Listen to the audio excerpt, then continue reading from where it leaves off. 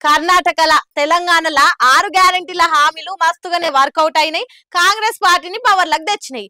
పవర్లకు వచ్చిన 100 రోజులలోనే 6 గ్యారెంటీలను అమలు చేసుకుంటూ మంచి మార్కులే కొట్టేసింది కాంగ్రెస్ సర్కారు. అదే జోరుతోటి ఇప్పుడు దేశమంతా 5 న్యాయ హామీల పేరుతోటి లోక్సభ బరిలోకి దిగుతున్నది. మళ్ళీ అందులో ఏమేమి హామీలు ఉన్నాయో అరుచుకుందాం చలో.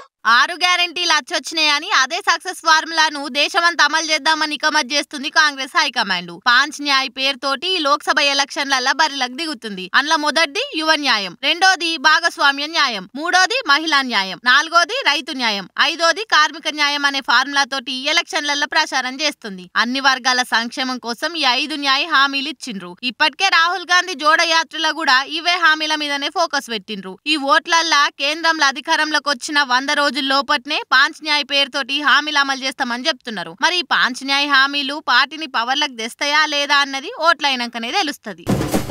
కవితక్కకు ఇంకొన్ని బ్యాడ్ డేస్ తాపేటట్టు లేవుగా. మొన్నటి దాకా ఈడీ కస్టడీలో ఉన్న అక్కను ఇయాలనే జైలుకు దోలింది కోర్టు. 14 రోజుల రిమాండ్ వేసింది. ఇంకో దిక్కు వకీలు బెయిల్ కోసం పడరాని పాటలు పాడుతుండట పాపం.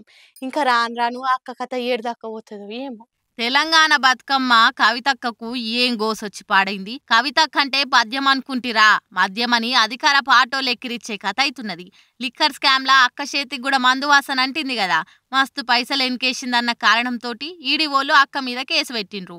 కవితక్కను బయటకు తెచ్చేతందుకు దేశంలోనే పెద్ద పేరు పోయిన వకీళ్లంతా సుప్రీంకోర్టులో పిటిషన్లేసి బెయిల్ కోసం తెగదనలాడుతుండ్రు. అయినా కోర్టులు సందు పెడతలేవు. ఇవాళ రౌస్ అవెన్యూ కోర్టు 14 రోజులు రిమాండ్ వేసి జైలుకు పంపింది. ఇక జైలుకు పోయేటప్పుడు అక్క మస్తు కాన్ఫిడెంట్ గా కనిపించింది. ఢిల్లీ లిక్కర్ పాలసీలా ఎసొంటి తప్పు చేయలే, నన్ను తాత్కాలికంగా జైలుకు పంపొచ్చు, కడిగిన ముత్యం లెక్కనే మళ్ళా బయటకు వస్తా అని ఏలెత్తి చాటింది.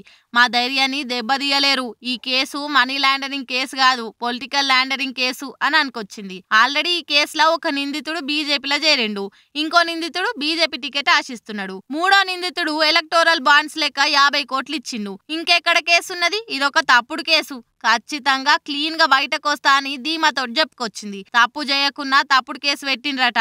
బతుకమ్మ తప్ప అసలు అక్కకు లిక్కర్ అంటే ఏందోనే తెలియదట. లిక్కర్ పాలసీ అంటే ఏందో తెలియని కవితక్క మీద కేసు పెట్టిండ్రంటే ఖచ్చితంగా తప్పుడు కేసు అయి ఉంటదని అంటున్నారట కవితక్క గురించి తెలిసినోళ్ళు.